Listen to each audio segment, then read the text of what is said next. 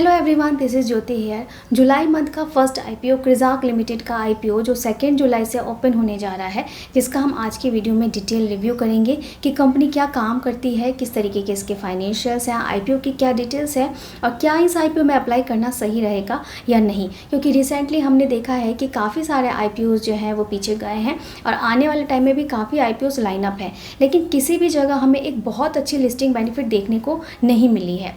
इसीलिए कहीं भी पैसा आपको स्टक करने से पहले ये जानना बहुत ज़रूरी है कि कंपनी किस तरीके की है, उसके फाइनेंशियल्स कैसे हैं और क्या उस आईपीओ में अप्लाई करना सही रहेगा या नहीं। तो अगर आप भी किसी कंपनी का एनालिसिस करना सीखना चाहते हैं या कंपनी के फंडामेंटल्स को रीड करना जानना चाहते हैं, टेक्निकल समझना चाहते हैं, कैसे चार्ट रीड किया जाता है, ये सब चीज़ें जानना चाहते हैं तो आप क्लासेस कर सकते हैं, जिसकी डिटेल्स आपको हमारे डिस्क्रिप्शन बॉक्स में मिल जाएगी। इसके अलावा अगर आप म्यूचुअल फंड रिलेटेड गाइडेंस भी चाहते हैं तो उसके लिए आप हमें इस नंबर पर कॉन्टैक्ट कर सकते हैं। चलिए वीडियो को स्टार्ट करते हैं। सबसे पहले हम कंपनी के बिज़नेस मॉडल और इसके फाइनेंशियल्स की बात करेंगे और at the end of this video देखेंगे कि क्या इस आईपीओ में अप्लाई करना वर्थ रहेगा या नहीं। तो कंपनी की बात करें तो 2011 में ये कंपनी इनकॉर्पोरेट हुई थी और ये B2B सेगमेंट में है, means business to business segment में ये कंपनी है। और बेसिकली ये एक एजुकेशनल प्लेटफॉर्म है जो ऐसे स्टूडेंट को जो अब्रॉड यूनिवर्सिटीज़ एंड कॉलेज में जाके जो एजुकेशन लेना चाहते हैं या स्टडीज़ करना चाहते हैं, ऐसे स्टूडेंट्स की ये कंपनी हेल्प करती है। अब ये जो प्लेटफॉर्म है क्रिजाक का, यहाँ पे काफ़ी सारे जो एजेंट्स होते हैं वो रजिस्टर होते हैं और ये एजेंट्स जो हैं वो ग्लोबली डिफरेंट कंट्रीज़ के यूनिवर्सिटीज़ के साथ इनका टाई अप होता है, उनके साथ मिलके ये वर्क करते हैं। तो ऐसे स्टूडेंट्स जो अदर कंट्रीज़ के यूनिवर्सिटीज़ एंड कॉलेज में पढ़ना चाहते हैं तो उनके लिए एप्लीकेशन फॉर्म भरना और जो पूरा प्रोसेस होता है ऐसे स्टूडेंट्स को बाहर भेजने का, उसमें ये जो एजेंट्स हैं वो इस प्लेटफॉर्म के थ्रू, क्रिजाक के प्लेटफॉर्म के थ्रू ये पूरा प्रोसेस करवाते हैं ऐसे स्टूडेंट्स का। तो डिफरेंट कंट्रीज़ के यूनिवर्सिटी के साथ, जैसे कनाडा, यूके, आयरलैंड, न्यूजीलैंड, ऐसी कंट्रीज़ की यूनिवर्सिटी के साथ इनका टाई अप होता है और ये स्टूडेंट का एप्लीकेशन फॉर्म भरना और जो पूरा प्रोसेस होता है हमको बाहर भेजने का, उसमें ये कंपनी जो है वो वर्क करती है और उसमें ये कंपनी हेल्प करती है ऐसे स्टूडेंट्स का।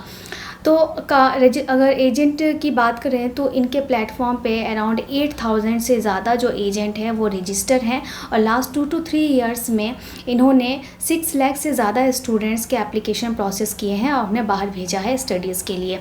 और ग्लोबली ये around 135 global universities and colleges के साथ इनका टाई अप है।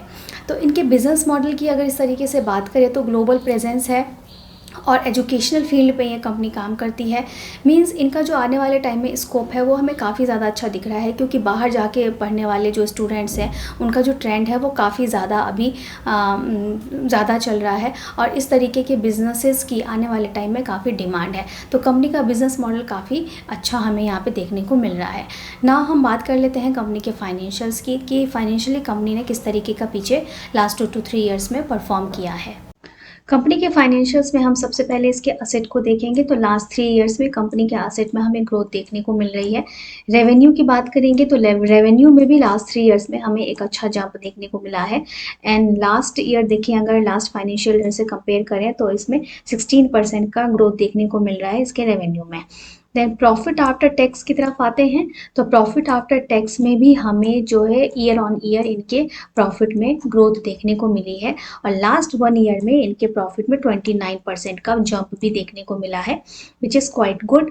एबिटा की बात करें तो एबिटा में अगर आप 23 से 24 में देखें तो यहाँ पे फॉल देखने को मिला है, लेकिन अगेन लास्ट ईयर कंपनी ने 24 से 25 का जो डेटा प्रेजेंट किया है, इनके एबिटा में हमें ग्रोथ देखने को मिली है। नेटवर्थ की बात करें तो कंपनी का नेटवर्थ जो है वो कंसिस्टेंटली जो है वो इंक्रीज हो रहा है और कंपनी की बोरोइंग्स जो है वो एज इट इज़ है, तो कंपनी के पास कोई ज़्यादा बोरोइंग्स है ही नहीं। देन अदर रिटर्न रेशोज़ की अगर हम बात करते हैं तो अदर रिटर्न रेशोज़ में हमें यहाँ पे रिटर्न ऑन इक्विटी जो है वो 30.24% का है, तो काफ़ी अच्छा है। 15% से ज़्यादा अच्छा माना जाता है, यहाँ पे 30.24% का है। ROCE भी कंपनी का काफ़ी अच्छा है, रिटर्न ऑन नेटवर्थ भी 30.24% का है। मीन्स कंपनी के जो फाइनेंशियल्स हैं वो काफ़ी अच्छे हैं, प्रॉफिटेबल कंपनी है और बोरोइंग्स भी कंपनी के पास ज़्यादा नहीं है और रिटर्न रेशोज़ भी इनके काफ़ी अच्छे हैं। अब हम IPO की डिटेल्स की तरफ आते हैं तो आईपीओ की डिटेल्स में अगर आप देखेंगे तो 2 जुलाई से 4 जुलाई तक ये आईपीओ ओपन रहने वाला है। फेस वैल्यू ₹2 पर शेयर का है। इशू प्राइस है इसका 245 पर शेयर का और एक लॉट में रहेंगे यहाँ पे 61 शेयर्स। तो अगर आप यहाँ पे रिटेल कैटेगरी में अप्लाई कर रहे हैं तो मैक्सिमम 13 लॉट्स तक के लिए अप्लाई कर सकते हैं। अगर इस स्मॉल एचएनआई में कर रहे हैं तो फिर वहाँ पे आप मैक्सिमम 66 लॉट्स तक के लिए अप्लाई कर सकते हैं। अच्छा, ये जो आईपीओ है वो पूरा का पूरा ऑफर फॉर सेल है। मींस जो भी पैसा यहाँ पे आएगा वो प्रोमोटर्स को जाने वाला है। भी कोई भी पैसा जो है कंपनी की ग्रोथ में यूज़ नहीं होने वाला है। मींस जो पुराने प्रोमोटर्स हैं वो अपने स्टेक को इस आईपीओ के थ्रू सेल कर रहे हैं। और इस आईपीओ का टोटल साइज जो है वो 860 करोड़ का है। अगर आप इस आईपीओ में अप्लाई करते हैं तो इसका जो अलॉटमेंट है वो 7 जुलाई को आ जाएगा। और अगर आपको ये आईपीओ मिल जाता है तो ये जो शेयर्स हैं वो 8 जुलाई को आपके डीमैट अकाउंट में आ जाएंगे। और अगर नहीं मिलता है तो आपका रिफंड जो है वो 8 जुलाई सेम डे 8 जुलाई से प्रोसेस स्टार्ट हो जाएगा। अब ये आईपीओ की सभी डिटेल्स थी। अब एंकर एलोकेशन की बात करें तो एंकर इन्वेस्टर से ये कंपनी ऑलरेडी 258 करोड़ रुपीस जो है वो रेज़ कर चुकी है। मींस एंकर इन्वेस्टर से इनको अच्छी एक डिमांड देखने को मिली है। अच्छा, वहाँ से इनको एक फ़ंड मिला है। और रिटेल कैटेगरी के लिए यहाँ पे 35% जो शेयर्स हैं वो रिज़र्व रखे गए हैं। अब बात कर लेते हैं ग्रे मार्केट प्रीमियम की। तो ग्रे मार्केट प्रीमियम में अभी तक यहाँ पे कोई भी डिमांड देखने को नहीं मिल रही है। तो अब डिसीज़न कौन से बेसिस पे लिया जाए कि इस आईपीओ में अप्लाई करना चाहिए या नहीं।